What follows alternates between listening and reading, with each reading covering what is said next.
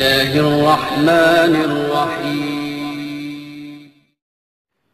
إن الحمد لله نحمده ونستعينه ونستغفره ونؤمن به ونتوكل عليه ونعوذ بالله من شرور أنفسنا ومن سيئات أعمالنا من يهده الله فلا مضل له ومن يضلله فلا هادي له وأشهد أن لا إله إلا الله وحده لا شريك له وأشهد أن محمدا عبده ورسوله اللهم صل على محمد وعلى آل محمد كما صليت على إبراهيم وعلى آل إبراهيم إنك حميد مجيد اللهم بارك على محمد وعلى آل محمد كما باركت على إبراهيم وعلى آل إبراهيم إنك حميد مجيد آج سن ہجری 1441 ہجری کے ذوالقعدہ کی 13 تاریخ ہے اور 2020 جولائی کی 5 تاریخ بروز اتوار ہے۔ سلسلہ اعتراضات کے جوابات کی آج قسط نمبر 7 پیش خدمت ہے۔ ابو داؤد میں حدیث نمبر 4597 سند صحیح یعنی حدیث نمبر ہے 4597 میں حدیث مبارکہ ہے کہ اللہ کے رسول صلی اللہ علیہ وسلم نے فرمایا وَإِنَّ هَذِهِ الْمِلَّةَ سَتَفْتَرِقُ عَلَى 73 کہ ان قریب میری یہ جو ملت ہے یہ 73 حصوں میں تقسیم ہو جائے گی۔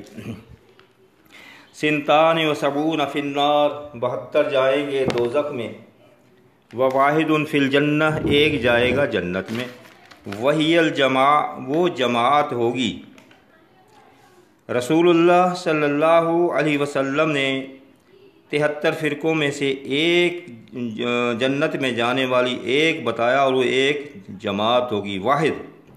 لیکن صدیق رضا صاحب اس فرمان رسول کے مقابلے میں کیا فرما رہے ہیں، خود ان کی ہی زبانی ملاحظہ فرمائیں۔ جماعت المسلمین ہوگی یا فلانی جماعت ہوگی یا فلانی نام بتایا نہیں بتایا، یہ تو بتایا، یہ بھی تو آپ کی کتاب میں لکھا ہوا ہے کہ بھئی جو قرآن و حدیث پر عمل کرے گا وہ تو الحمدللہ مرکزی جمعیت اہل حدیث ہو جس کے امیر حافظ ساجد میر صاحب ہیں، یا جماعت الدعویٰ ہو جس کے امیر حافظ سعید صاحب ہیں، اور جن کے حافظ عبدالرحمن سلفی صاحب ہیں، یہ تینوں سبھی اہل حدیث ہیں اور سبھی قرآن و حدیث پر عمل کرنے والے ہیں۔ اور صرف یہی نہیں، باقی جتنے بھی دنیا میں قرآن و حدیث پر عمل کرنے والے ہیں شرک و کفر سے بچے ہیں، کیونکہ قرآن و حدیث پر عمل کرنے والا تو شرک و کفر سے بچا ہوگا لازمی۔ تو شرک و کفر سے بچے ہوئے تمام اہل اسلام جو قرآن و حدیث پر عمل کرنے والے ہیں وہ جنتی ہیں، اللہ کے رسول کے فرمان کے مطابق وہ 73واں فرقہ ہیں، یہ میرا عقیدہ ہے۔ سن لیا جی صدیق رضا صاحب کیا فرما رہے ہیں۔ اللہ کے رسول صلی اللہ علیہ وسلم تو فرمائیں وواحد فی الجنہ، لیکن صدیق صاحب فرما رہے ہیں ثلاثہ فی الجنہ، ان 3 جنت میں، تینوں بڑی جماعتیں جو اہل حدیث ہوں گی۔ اس کے علاوہ چوتھی بھی بتا دیا کہ تینوں جماعتوں کے علاوہ باقی سب جنت میں جائیں گے۔ اللہ کے نبی فرمائے ایک جنت میں جائے گا، یہ فرما رہے ہیں سب جنت میں جائیں گے۔ اب اگر صدیق رضا صاحب اپنی اس بات میں سچے ہیں کہ سب یہ تینوں جماعتیں جنت میں جائیں گی، تو پھر صدیق رضا صاحب ان تینوں جماعتوں میں یا تینوں میں سے ایک جماعت میں شامل کیوں نہیں ہوتے؟ کیوں نہیں کہتے کہ میں فلاں جماعت میں ہوں؟ تو اس سے یہ ظاہر نہیں ہوتا کہ ہاتھی کے دانت دکھانے کے اور کھانے کے اور، یہ اس سے ظاہر نہیں ہوتا؟ تو غور کریں آپ کہ اللہ کے رسول صلی اللہ علیہ وسلم تو فرمائیں ایک اور یہ فرمائیں 3۔ اور اس کے علاوہ صدیق رضا صاحب یہ فرما رہے ہیں کہ اللہ کے رسول صلی اللہ علیہ وسلم کے فرمان کے مطابق سب جنتی ہیں۔ تو بھئی یہ کس حدیث میں ہے کہ اللہ کے رسول صلی اللہ علیہ وسلم نے فرمایا کہ سب جنتی ہیں؟ یہ تو آپ نے اللہ کے رسول صلی اللہ علیہ وسلم پر جھوٹ باندھا ہے۔ کسی حدیث میں نہیں ہے کہ آپ صلی اللہ علیہ وسلم فرمایا یہ سب جنت میں جائیں گے۔ تو آپ تو فرما رہے ہیں سب میں سے واحد فی الجنہ، ایک جنت میں جائے گا۔ اب صدیق صاحب فرما رہے ہیں کہ میرا یہ عقیدہ ہے بھائی صدیق صاحب آپ کا عقیدہ یہ کوئی حجت نہیں ہے، دین اسلام نہیں ہے۔ دین اسلام اللہ کے رسول صلی اللہ علیہ وسلم کے ارشادات ہیں، آپ کا عقیدہ دین نہیں بن جائے گا۔ تو آگے صدیق صاحب کیا فرماتے ہیں تو خود ملاحظہ فرمائیں۔ وہ یہ بات ہے جب پوچھا گیا کہ وہ کون ہوں گے تو فرمایا ما انا علیہ و اصحابی۔ ترمذی والی روایت نقل کی ہے اور طبرانی وغیرہ سے روایت نقل کی ہے کہ اس میں جو جنتی فرقہ ہوگا ما ہی تلک الفرقہ کے لفظ ہیں، قال ما انا علیہ اليوم و اصحابی، جس پر آج میں اور میرے صحابہ ہیں۔ یہ بات نقل کی اور کہا کہ جی یہ روایت جو ہے نا درست ہے، اس کی مطابقت وغیرہ ثابت ہے، جس پر میں اور میرے صحابہ ہیں۔ صحابہ کس چیز پر تھے؟ قرآن و حدیث پر تھے۔ الحمدللہ میں ان کو جواب دے چکا ہوں کہ نام اللہ کے رسول صلی اللہ علیہ وسلم نے کسی بھی فرقے کا نہیں لیا، علامت بتا دی کہ جس پر میں اور میرے صحابہ ہیں قرآن و حدیث پر عمل کرنے والے، یعنی تفصیل میں پہلے ہی بیان کر چکا ہوں کہ اللہ کے رسول صلی اللہ علیہ وسلم وہی پر عمل کرتے تھے، وہی قرآن و حدیث تھی، صحابہ کرام قرآن و حدیث پر عمل کرتے تھے۔ جو قرآن و حدیث پر عمل کرتا ہے وہ اس فرقے کا وہ اس جنتی گروہ کا مصداق ہے۔ اللہ کے رسول صلی اللہ علیہ وسلم نے اس کے علاوہ کوئی بات بتائی ہو تو پھر آپ حدیث میں پیش کریں نا۔ آپ سن لیا جی آپ نے کہ صدیق رضا صاحب فرما رہے ہیں کہ آپ صلی اللہ علیہ وسلم فرمایا ما انا علیہ و صحابی، کہ جو میرے اور میرے صحابہ کے طریقے پر ہوگا وہ جنت میں جائے گا۔ تو اس کا پہلا جواب تو یہ ہے کہ صدیق صاحب فرماتے ہیں کہ میرے مایہ ناز استاد محترم زبیر علی زئی صاحب ہیں۔ تو کیا صدیق صاحب نے اپنے استاد محترم سے یہ نہیں سیکھا کہ اس روایت کو ضعیف زبیر علی صاحب نے ضعیف لکھا ہے؟ صدیق صاحب نے اگر واقعی زبیر علی زئی صاحب سے دین کا علم پڑھا اور سیکھا ہے تو پھر یقیناً جناب زبیر علی زئی صاحب نے صدیق رضا صاحب کو یہ روایت پڑھانے کے بعد یہ ضرور بتایا ہوگا کہ یہ روایت ضعیف ہے۔ تو اس طرح ضعیف روایت بیان کر کے صدیق رضا صاحب نے اللہ کے رسول صلی اللہ علیہ وسلم کی طرف جو ہے جھوٹ کو منسوب کیا اور جان بوجھ کر جھوٹ منسوب کیا، اور رسول اللہ صلی اللہ علیہ وسلم کی طرف جان بوجھ کر جھوٹ منسوب کرنے کے متعلق حدیث مبارکہ ملاحظہ فرمائیں۔ صحیح بخاری کی حدیث ہے، حدیث نمبر 110 حضرت ابو ہریرہ رضی اللہ تعالی عنہ فرماتے ہیں کہ رسول اللہ صلی اللہ علیہ وسلم نے فرمایا، قال النبی صلی اللہ علیہ وسلم، کہ نبی صلی اللہ علیہ وسلم نے فرمایا، من کذب علی متعمدا فلیتبوأ مقعدہ من النار، کہ اللہ کے نبی صلی اللہ علیہ وسلم نے فرمایا جس نے جان بوجھ کر میری طرف جھوٹ منسوب کیا وہ اپنا ٹھکانہ جہنم میں ڈھونڈے، یعنی وہ جہنم میں جائے گا۔ اس کے علاوہ صحیح سند کے ساتھ جو ابو داؤد کی حدیث جو میں نے اوپر بیان کی ہے 4597، اس میں یہ معنی علیہ نہیں ہے، اس میں جو ہے فرمایا وواحد فی الجنہ وہی الجماع، وہ جو جنت میں جانے والی ہوگی وہ جماعت ہوگی۔ اس کے الفاظ جماعت کے الفاظ ہیں۔ یہ حدیث صدیق صاحب کو نظر نہیں آئی؟ صدیق رضا صاحب صحیح حدیث کو چھوڑ کر، یقیناً انہیں یہ حدیث معلوم ہے، صحیح کو چھوڑ کر جو ضعیف روایت پڑھ رہے ہیں، جو کہ ان کے استاد نے لکھا ہے کہ ضعیف ہے، ظاہر انہیں بھی معلوم ہوگا، تو صحیح کو چھوڑ کر ضعیف روایت کو پڑھنا، کیا اس میں گڑبڑی نظر نہیں آتی؟ میری گڑبڑی سے بڑا ان کو غصہ آتا ہے۔ اس کا دوسرا جواب یہ ہے، بالفرض اگر یہ مان بھی لیا جائے کہ آپ صلی اللہ علیہ وسلم نے فرمایا جو میرے اور میرے صحابہ کے طریقے پر ہوگا وہ جنت میں جائے گا، جو روایت پیش کر کے صدیق صاحب فرما رہے ہیں کہ جنت میں وہ جائے گا، یہ کون فرما رہے ہیں؟ صدیق صاحب، کہ جنت میں وہ جائے گا جو نبی صلی اللہ علیہ وسلم اور صحابہ کرام کے طریقے پر ہوگا، یعنی قرآن و حدیث پر عمل کرنے والا جو ہوگا وہ جنت میں جائے گا۔ ٹھیک ہے محترم سامعین کرام، صدیق صاحب کی اس بات سے ہم اتفاق کرتے ہیں کہ جنت میں وہ جائے گا۔ کون سی بات؟ جنت میں وہ جائے گا جو نبی صلی اللہ علیہ وسلم اور صحابہ کرام کے طریقے پر ہوگا، یعنی جو قرآن و حدیث پر عمل کرنے والا ہوگا، فرمایا وہ جنت میں جائے گا۔ اب دیکھنا یہ ہے کہ رسول اللہ صلی اللہ علیہ وسلم اور صحابہ کرام کے دور مبارک میں قرآن و حدیث پر عمل کرنے والوں کی جماعت کا نام کیا تھا، اس وقت ان کی جماعت کون سی تھی؟ تو اس بات کا میں قرآن و حدیث کے دلائل سے ثبوت پیش کرتا ہوں کہ رسول اللہ صلی اللہ علیہ وسلم کے دور مبارک میں حدیث مبارکہ میں قرآن و مجید اور حدیث مبارکہ پر عمل کرنے والوں کی جماعت جماعت المسلمین تھی۔ کون سی؟ پھر سن لیں، رسول اللہ صلی اللہ علیہ وسلم کے دور مبارک میں قرآن و حدیث پر عمل کرنے والوں کی جماعت جماعت المسلمین تھی۔ اب آپ کہیں گے اس کا ثبوت دیں، تو ثبوت سنیے جی۔ طبرانی کبیر جلد 12 صفحہ نمبر 440 پر حدیث مبارکہ موجود ہے۔ اللہ کے رسول صلی اللہ علیہ وسلم نے فرمایا، من فارق جماعت المسلمین قیل شبرا فقد خلا ربقۃ الاسلام من عنقہ، کہ صحابہ سے مخاطب ہو کر فرمایا آپ صلی اللہ علیہ وسلم نے، یقیناً صحابہ میں فرمایا جو شخص بھی جماعت المسلمین سے ایک بالش برابر بھی الگ ہوگا، کس سے؟ جماعت المسلمین سے، تو اس نے اپنی گردن سے اسلام کا پٹا اتار پھینکا۔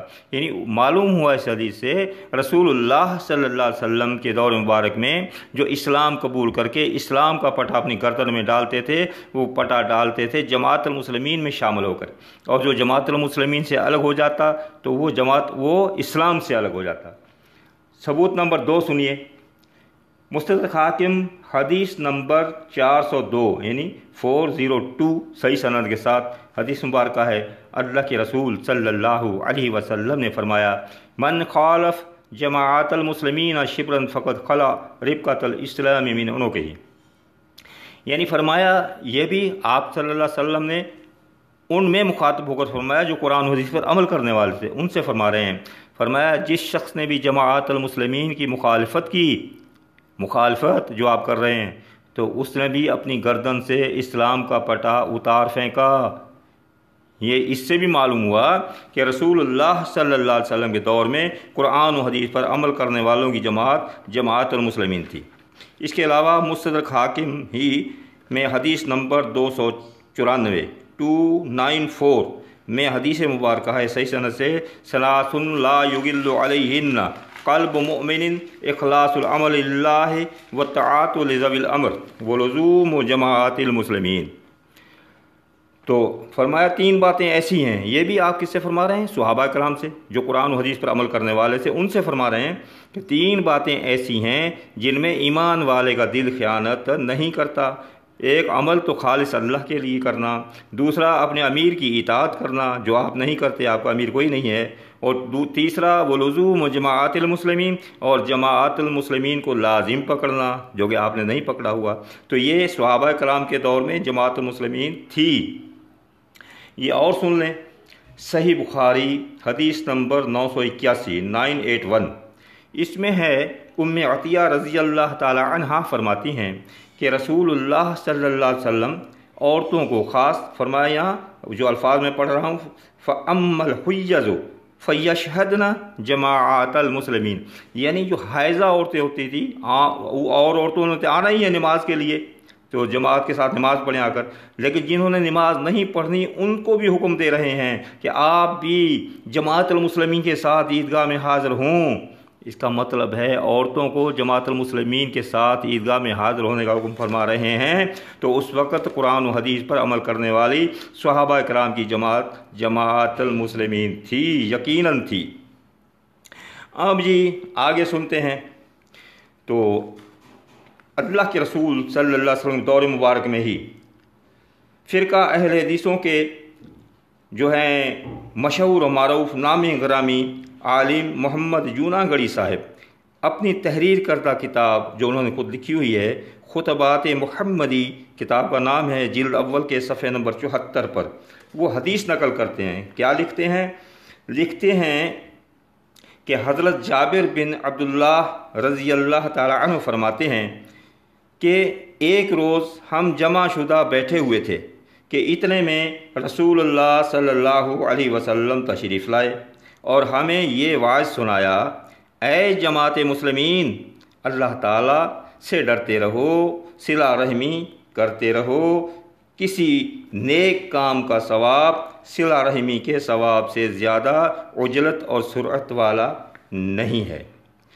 اب یہاں تک احادیث کے حوالے سے بھی، اور وہ حدیث ان کے عالم صاحب نے بھی نقل کی ہے کہ رسول اللہ صلی اللہ علیہ وسلم کے دور مبارک میں قرآن و حدیث پر عمل کرنے والوں کی جو جماعت تھی وہ جماعت المسلمین تھی، نہ کہ جماعت اہل حدیث، نہ جماعت غرباء اہل حدیث، نہ جماعت الدعوہ۔ ان تینوں جماعتوں کا آپ صلی اللہ علیہ وسلم کے دور میں کوئی نام و نشان تک نہیں تھا، کوئی وجود نہیں تھا۔ اگر تھا تو بھائی میں تو آپ سے وہ ثبوت مانگ رہا ہوں، تو ثبوت مانگنے کے جواب میں آپ مجھے بے غیرت، بے حیا، بے شرم اور لعنت کر رہے ہیں مجھ پر، مجھے جھوٹا کہہ رہے ہیں۔ ارے بھائی میں تو ثبوت مانگ رہا ہوں کہ آپ صلی اللہ علیہ وسلم کے دور میں اگر تھی تو وہ حدیث پڑھ دو، وہ آیت پڑھ دو، لیکن آپ کے پاس نہیں ہے، آپ نہیں پڑھ سکتے۔ آپ جواب میں پھر یہی جو الفاظ استعمال کرو گے جو آپ کر رہے ہیں۔ اس کے بعد آپ کہو گے کہ نہیں جی رسول اللہ صلی اللہ علیہ وسلم کے بعد صحابہ کرام میں دکھاؤ جماعت المسلمین۔ آپ کی عادت ہے نا یہ سوال کرنا، یہاں تک تو صحیح ہے جی، بھائی دین تو وہیں تک کامل ہے نا، اللہ کے رسول صلی اللہ علیہ وسلم کی وفات تک وہ دین کامل ہے۔ اگر اس کے بعد کوئی نئی چیز بنتی ہے، اگر کوئی صحابی بھی اس کے بعد کوئی کام کرتا ہے تو ہمارے لیے وہ حجت تو نہیں ہے۔ تو اس کی بہت سی احادیث میں آپ کو سنا سکتا ہوں، صحابہ کرام میں بعض مسائل میں اختلاف رہا ہے، خیر میں اس طرف نہیں جانا چاہتا۔ تو اب اس کے بعد اللہ کے رسول صلی اللہ علیہ وسلم کے بعد صحابہ کرام کے دور میں کون سی جماعت تھی؟ تو اس کے لیے بھی میں فرقہ اہل حدیث کے ہی مشہور و معروف عالم حافظ محمد ابراہیم میر سیالکوٹی صاحب کی گواہی پیش کرتا ہوں۔ وہ اپنی کتاب جو انہوں نے لکھی ہے، کتاب کا نام ہے تاریخ اہل حدیث۔ تاریخ اہل حدیث کے صفحے نمبر جو میرے پاس ہے اس کے نمبر 51 پر ہے، اور ایک اور ایڈیشن میں نے دیکھا ہے اس کے صفحے نمبر 61 پر ہے۔ خیر صفحہ آگے پیچھے پرنٹنگ کی وجہ سے ہو سکتا ہے۔ تو اس میں وہ لکھتے ہیں کہ ابن سبا نے جو جماعت تیار کی تھی وہ مصر، کوفہ اور بصرہ سے ہزاروں کی تعداد میں حج کے بہانے مدینہ طیبہ میں آ کر جمع ہوئی۔ 30 سے 40 دن تک حضرت عثمان رضی اللہ تعالی عنہ کے مکان کا محاصرہ کیے رہی۔ آخر 18 ذی الحجہ کو چند مفسدین نے آپ کو، جبکہ آپ قرآن شریف کھول کر تلاوت فرما رہے تھے، نہایت ہی بے دردی سے قتل کر ڈالا۔ لکھتے ہیں مفسدین کے گھر گھی کے چراغ جلے اور مخلصوں میں گھر گھر ماتم پڑ گیا، اور جماعت مسلمین کا شرازہ بکھر گیا۔ کس کا؟ جماعت اہل حدیث کا نہیں۔ کس کا شرازہ بکھرا؟ جماعت غرباء اہل حدیث کا نہیں، جماعت الدعوہ کا شرازہ نہیں بکھرا۔ حضرت عثمان کے دور میں جماعت کون سی تھی؟ جماعت مسلمین کا شرازہ بکھر گیا۔ اس تحریر سے معلوم ہوا کہ حضرت عثمان رضی اللہ تعالی عنہ کے دور خلافت میں جماعت المسلمین کا وجود موجود تھا، جماعت اہل حدیث یا جماعت الدعوہ یا جماعت غرباء اہل حدیث کا وجود تھا ہی نہیں۔ اس کے بعد فرقہ اہل حدیث کے ہی ایک اور مشہور و معروف عالم خالد گرجاکی صاحب کی گواہی سن لیجئے۔ وہ اپنی تحریر کردہ کتاب بنام سیرت سید الشہداء حضرت عثمان ذو النورین کتاب کا نام ہے، اس کے صفحے نمبر 82 پر لکھتے ہیں کہ حضرت ابو موسیٰ اشعری رضی اللہ تعالی عنہ نے کوفہ پہنچ کر جمعہ کے روز خطبہ دیتے ہوئے جماعت مسلمین سے افتراق دور کرنے اور امیر المومنین کی اطاعت کرنے کی تلقین کی۔ اس تحریر سے معلوم ہوا کہ جو حضرت عثمان رضی اللہ تعالیٰ عنہ امیر المومنین تھے تو وہ جماعت المسلمین کے امیر المومنین تھے، اور اس وقت جماعت المسلمین تھی جس میں افتراق پیدا ہوا تھا، جن کی متعلق اتفاق کے لیے وہ خطبہ فرما رہے ہیں۔ اب نمبر 1 محمد جوناگڑھی صاحب، نمبر 2 حافظ محمد ابراہیم میر سیالکوٹی صاحب، نمبر 3 خالد گرجاکی صاحب۔ یہ تینوں علماء کرام فرقہ اہل حدیث کے مشہور و معروف شخصیتوں میں شمار ہوتے ہیں، اور بشمول صدیق رضا فرقہ اہل حدیث کے تمام علماء کرام انہیں جلیل القدر علماء میں شامل کرتے ہیں۔ لہٰذا فرقہ اہل حدیث کے گھر سے ہی پکی گواہی مل گئی کہ فرقہ اہل حدیث کے ان تینوں علماء کرام نے اپنی کتابوں میں یہ تحریریں لکھ کر یہ ثابت کر دیا کہ رسول اللہ صلی اللہ علیہ وسلم کے دور مبارک میں صحابہ کرام کی جو جماعت تھی وہ جماعت المسلمین ہی تھی، اور رسول اللہ صلی اللہ علیہ وسلم کے بعد حضرت عثمان رضی اللہ تعالی عنہ کے دور خلافت تک بھی جماعت المسلمین کا ہی وجود موجود تھا، اور اس وقت قرآن و حدیث پر عمل کرنے والے جماعت المسلمین ہی تھے۔ رسول اللہ صلی اللہ علیہ وسلم سے لے کر حضرت عثمان رضی اللہ تعالیٰ عنہ کے دور تک جماعت اہل حدیث یا جماعت غرباء اہل حدیث یا جماعت الدعوہ، ان تینوں جماعتوں یا ان میں سے کسی ایک جماعت کا بھی ثبوت نہیں ملتا۔ اگر ہے تو بھائی ادھر ادھر کی باتیں نہ ماریں، ناراض نہ ہوں، بلکہ قرآن و حدیث پیش کرو۔ اگر فرقہ اہل حدیث کے تمام علماء کرام بشمول صدیق رضا صاحب ان تینوں جماعتوں کے وجود کو ثابت کرنے کے لیے قرآن و حدیث پیش نہیں کر سکتے، جو کہ ہرگز یقیناً نہیں کر سکتے، تو پھر یہ لوگ قرآن و حدیث پر عمل کرنے والے کیسے ہوئے؟ جواب میں حدیث تو پیش نہیں کرتے، پھر حدیث پر عمل کرنے والے کیسے ہوئے؟ اب اس کے بعد ہو سکتا ہے کہ صدیق صاحب یہ کہنا شروع نہ کر دیں کہ جی ٹھیک ہے، آپ نے حضرت عثمان تک تو رضی اللہ تعالیٰ عنہ دور تک تو جماعت المسلمین کا وجود ثبوت دے دیا، اس کے بعد ثبوت دیں۔ کہاں ثبوت ملتا ہے کہ جماعت المسلمین تھی؟ تو اس کا میں پیشگی ہی جو ہے ثبوت دے دیتا ہوں۔ سنیے جی، شاہ ولی اللہ محدث دہلوی صاحب ہیں، انہوں نے کتاب لکھی حجت البالغہ، یہ کتاب ان کی لکھی ہوئی ہے، اس کے جلد نمبر اول کے صفحے نمبر 166 پر لکھا ہوا موجود ہے۔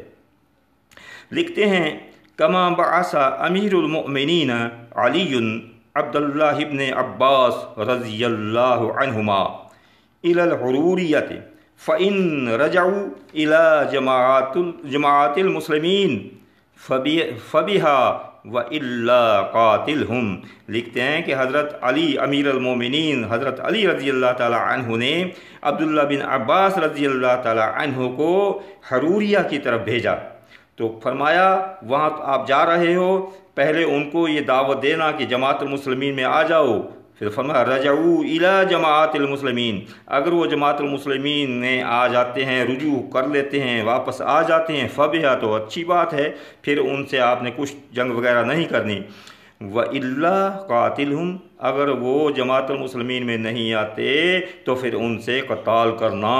تو حضرت علی رضی اللہ تعالی عنہ جماعت المسلمین سے الگ ہونے والوں سے قتال کرنے کا حکم فرما رہے ہیں۔ کیا آپ کوئی ایسی تحریر پیش کر سکتے ہیں کہ جماعت اہل حدیث حضرت علی رضی اللہ تعالیٰ عنہ نے جماعت اہل حدیث سے الگ ہونے یا جماعت غربا یا جماعت دعویٰ ان جماعتوں میں سے الگ ہونے والے کے ساتھ قتال کا حکم فرمایا ہو؟ ثبوت دیں۔ اس کے علاوہ اور سن لیں، سمجھ گئے؟ تو اس تحریر سے یہ بھی معلوم ہوا کہ حضرت علی رضی اللہ تعالیٰ عنہ کے دور خلافت میں جماعت المسلمین کا ہی وجود تھا۔ اور حدیث سن لیں، کنز الاعمال جلد 12 صفحہ نمبر 601 601، حدیث نمبر ہے 35879 ان 35879، صحیح سند سے حدیث مبارکہ لکھی ہوئی موجود ہے۔ ایک موقع پر حضرت علی رضی اللہ تعالی عنہ نے فرمایا، کوئی مال کی تقسیم کا کوئی مسئلہ چل رہا تھا، وہاں پر پھر حضرت عمر کی بات چل پڑی، تو وہاں پر حضرت علی نے جو الفاظ فرمائے وہ سنیں، وہ قابل غور ہیں۔ ان الذین، حضرت علی فرما رہے ہیں، ان الذین اخذ منکم عمر لم یاخذہ لنفسہ، یہ حضرت عمر رضی اللہ تعالی عنہ جو تم سے مال لیتے تھے لوگوں سے، وہ اپنے نفس کے لیے نہیں لیتے تھے، اپنے خرچے کے لیے نہیں لیتے تھے، انما اخذہ لجماعۃ المسلمین، تو حضرت عمر جو مال اکٹھا کرتے تھے تم سے لے کر وہ جماعت المسلمین کے لیے اکٹھا کرتے تھے۔ اس حدیث مبارکہ اور سے معلوم ہوا کہ حضرت عمر رضی اللہ تعالیٰ کے دور میں بھی جماعت المسلمین کا وجود تھا۔ اس حدیث مبارکہ اور شاہ ولی اللہ محدث دہلوی کی تحریر سے معلوم ہوا کہ حضرت عمر رضی اللہ تعالی عنہ کے دور مبارک اور حضرت علی رضی اللہ تعالیٰ کے دور مبارک میں جو قرآن و حدیث پر عمل کرنے والوں کی جماعت تھی وہ صرف جماعت المسلمین ہی تھی، اور فرقہ اہل حدیثوں کی ان تینوں جماعتوں کا وجود اس وقت نہیں تھا، اگر تھا تو ثبوت پیش کریں، جو کہ نہیں کر سکتے۔ اب یہ بھی کہہ سکتے ہیں کہ یہ تو حضرت علی تک ہے، اس سے بعد بتائیں، تو اس کے بعد بھی سن لیں۔ مستدرک حاکم جو ہے جلد 3 صفحہ نمبر 434 حدیث نمبر ہے 5837 5837، اس میں حدیث مبارکہ لکھی ہوئی ہے کہ حضرت امیر معاویہ کی خلافت کا دور تھا۔ تو الفاظ میں آگے پڑھ رہا ہوں، کبھی کہیں جی یہ الفاظ بھی حدیث میں دکھاؤ۔ حضرت امیر معاویہ کی خلافت میں جب فتنے اٹھے تو فتنوں سے بچنے کے لیے حضرت محمد بن مسلمہ انصاری رضی اللہ تعالی عنہ نے، یہ الفاظ اس میں لکھے ہوئے ہیں، نے شہر کے باہر خیمہ میں رہنا شروع کر دیا۔ جب حضرت حذیفہ رضی اللہ تعالی عنہ محمد بن مسلمہ انصاری سے انہوں نے پوچھا کہ آپ نے شہر سے باہر خیمہ میں رہنا کیوں شروع کیا ہے، حضرت حذیفہ حضرت محمد بن مسلمہ انصاری رضی اللہ تعالیٰ عنہ سے پوچھ رہے ہیں، تو جواب میں محمد بن مسلمہ رضی اللہ تعالیٰ عنہ نے فرمایا فقال لا استفر بمصر من امصارہم، کہتے ہیں حتی تنجلی ہذہ الفتنۃ عن جماعت المسلمین، کیا ہذہ الفتنۃ عن جماعت المسلمین، سن لیا آپ نے؟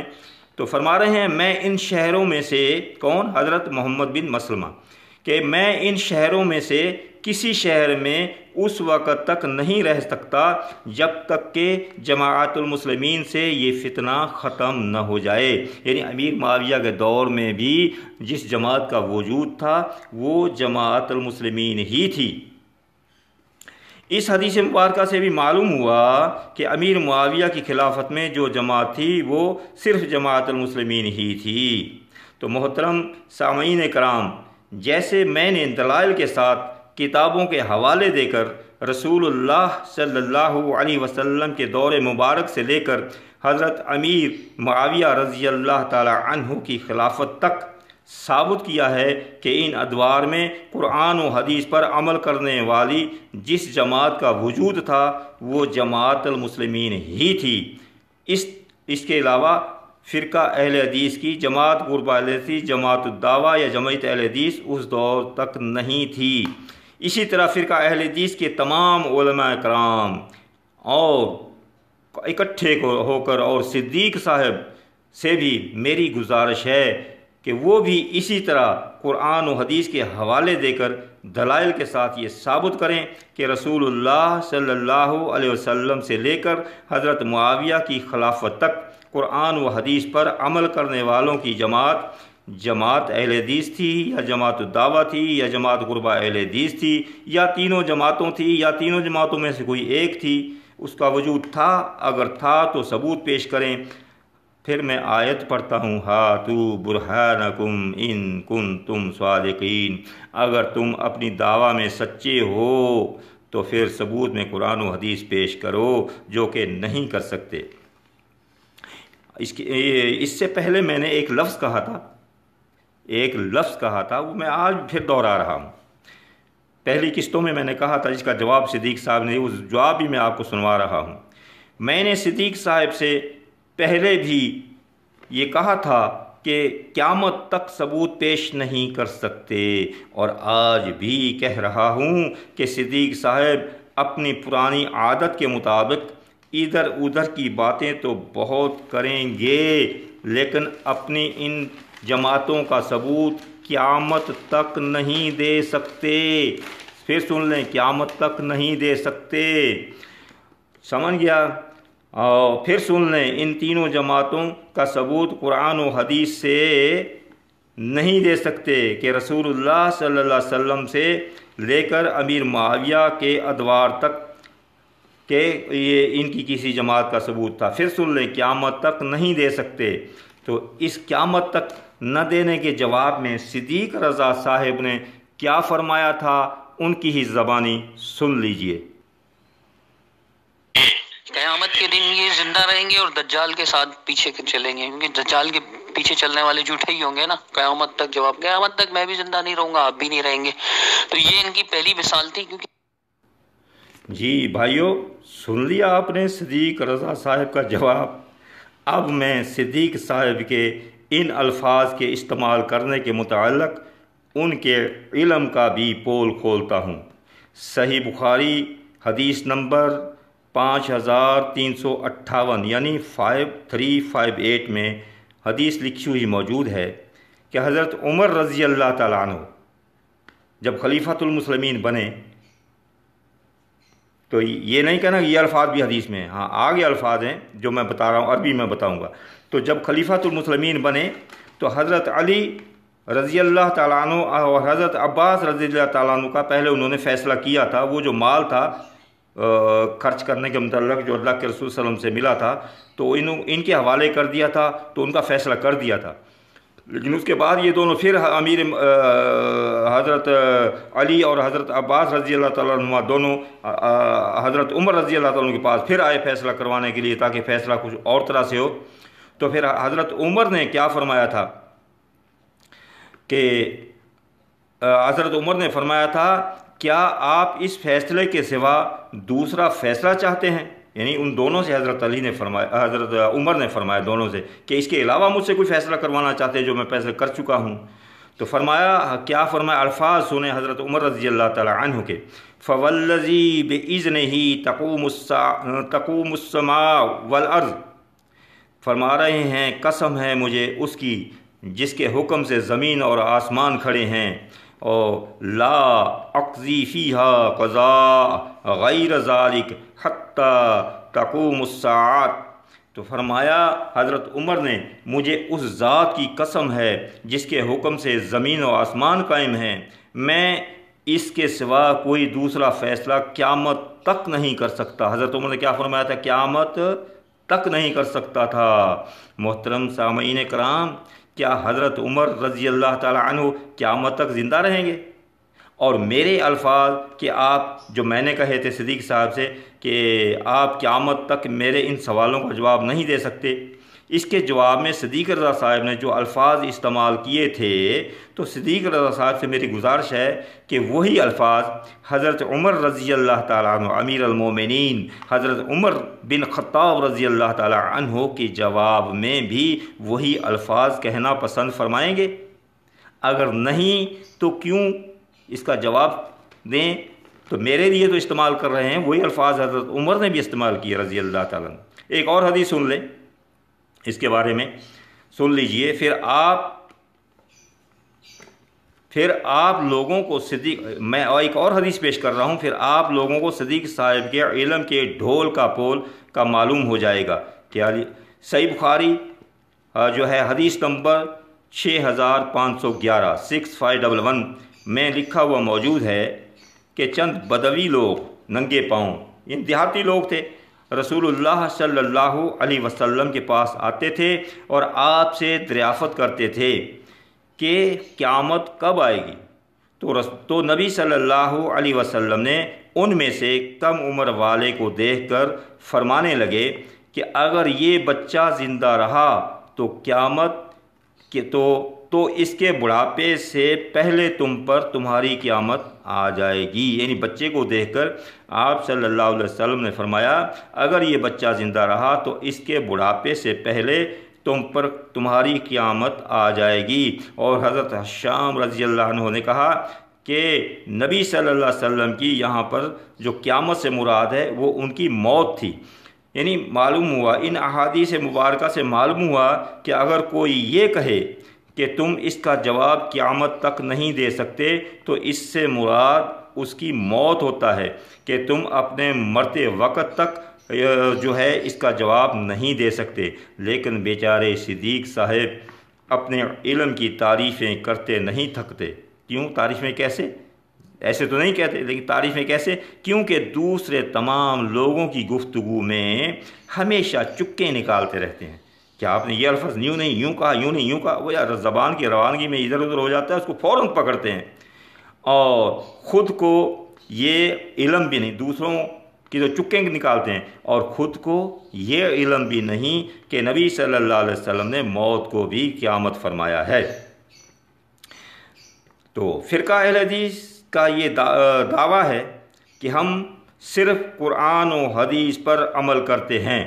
تو فرقہ اہل حدیث والے اگر اپنی اس دعویٰ میں سچے ہیں کہ ہم صرف قرآن و حدیث پر عمل کرتے ہیں، اگر سچے ہیں تو جیسے میں نے رسول اللہ صلی اللہ علیہ وسلم سے لے کر حضرت امیر معاویہ رضی اللہ تعالی عنہ کی خلافت تک احادیث مبارکہ اور دلائل کے ساتھ جماعت المسلمین کے وجود کا ثبوت دیا ہے، اسی طرح فرقہ اہل حدیث کے سب علماء اکرام اکٹھے ہو کر اور صدیق رضا صاحب بھی ان کے ساتھ مل جائیں تو اپنی تینوں جماعتوں کا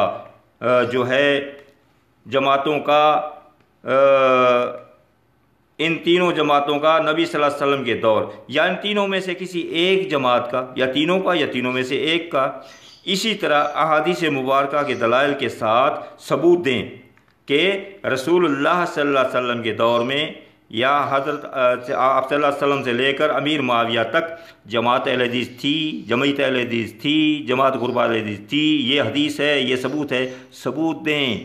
اگر نہیں دے سکتے تو یہ کہہ دیں کہ ان کے بعد بنی ہے، یہی کہہ دیں بھائی، تو پھر بھی بات بن جائے گی۔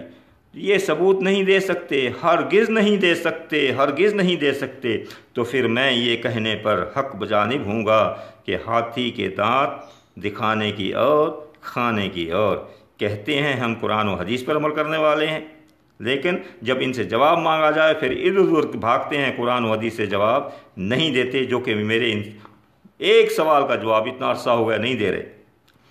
تو محترم سامعین کرام، میں پیشگی ہی آپ کو یہ بھی بتا دینا چاہتا ہوں، فرقہ اہل حدیث کے نامی گرامی علماء میں سے کسی کو بھی میرے ان سوالوں کا جواب دینے کی ہمت و جرت نہ تو ہوئی ہے اور نہ ہی ہوگی، لیکن صدیق رضا صاحب میری اس قسط نمبر 7 کا جواب، میری اس جو میں بیان کر رہا ہوں قسط نمبر 7، اس کا جواب بھی اپنی پرانی عادت کے مطابق اسی قسم کا جواب دیں گے جیسے وہ اس سے پہلے جس قسم کے جواب دیتے آئے ہیں، جس کی میں نے ایک مثال بھی بیان کی ہے۔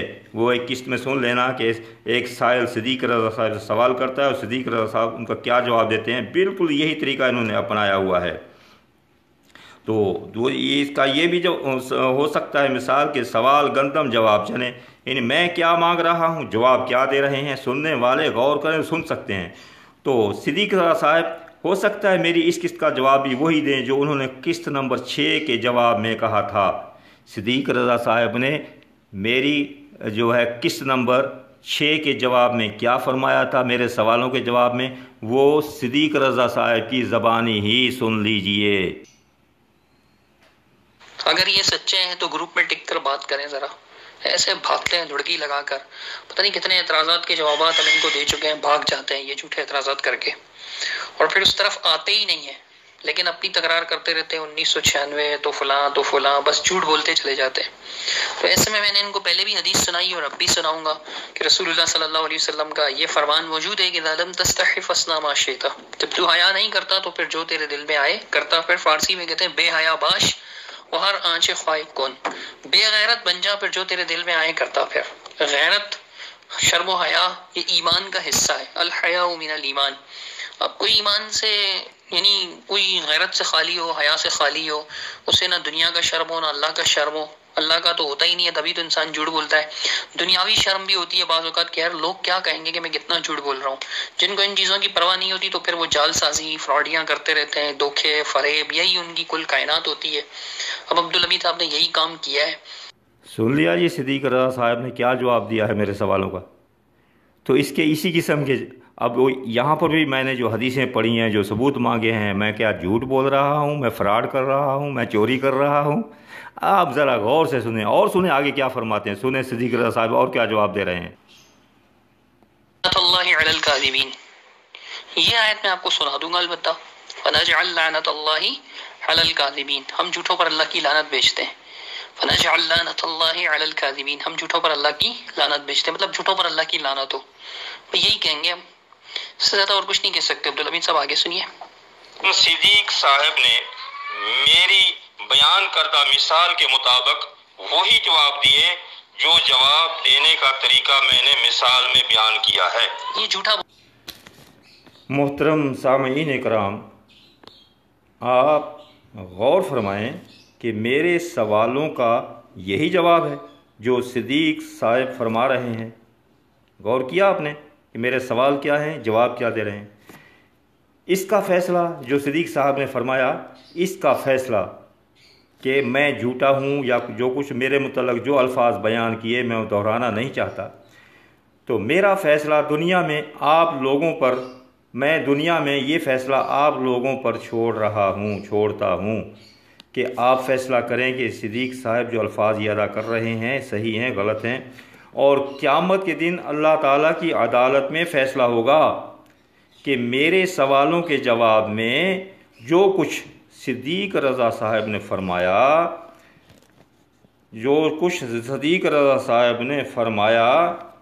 ان الفاظ کا میں، جو الفاظ صدیق رضا صاحب نے ابھی آپ نے سنے دونوں ٹکڑے، تو جو صدیق رضا صاحب نے الفاظ استعمال فرمائے ان کا فیصلہ قیامت کے دن ہوگا کہ ان الفاظ کا میں مستحق ہوں یا صدیق رضا صاحب خود ان الفاظ کے مستحق ہیں۔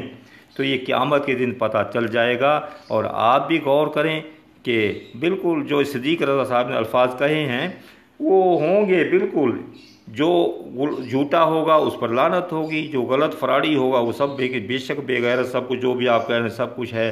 لیکن اب محترم سامعین سننے والے بھی یہ دیکھ سکتے ہیں کہ کون فراڈ کر رہا ہے، کون جھوٹ بول رہا ہے، کون حدیثیں پیش کر رہا ہے، کون دلائل پیش کر رہا ہے، کون کیا کہہ رہا ہے۔ اب عوام ہوشیار ہیں الحمدللہ، بے وقوف نہیں ہیں لوگ جو آپ کی چالاکی کو، چرب زبانی کو نہیں سمجھیں گے، ضرور سمجھیں گے۔ تو بس آج کا اتنا ہی، انشاءاللہ باقی قسط نمبر 8 میں عرض کروں گا۔ تو آخر میں اللہ تعالیٰ سے دعا ہے کہ اللہ تعالیٰ سب لوگوں کو حق ڈھونڈنے، کیونکہ بعض لوگ ڈھونڈنے کی کوشش ہی نہیں کرتے، اس لیے میں دعا میں ہمیشہ یہی کرتا ہوں کہ اللہ تعالیٰ سب کو حق ڈھونڈنے اور حق سمجھنے اور حق سمجھ کر قبول کرنے۔ بعض لوگ حق سمجھ لیتے ہیں پھر قبول نہیں کرتے شرم میں، تو اس لیے میں دعا کیا کرتا ہوں حق ڈھونڈنے، حق سمجھنے، حق قبول کرنے، حق پر عمل کرنے، حق کا ساتھ دینے اور حق کی تبلیغ کرنے کی توفیق عطا فرمائے۔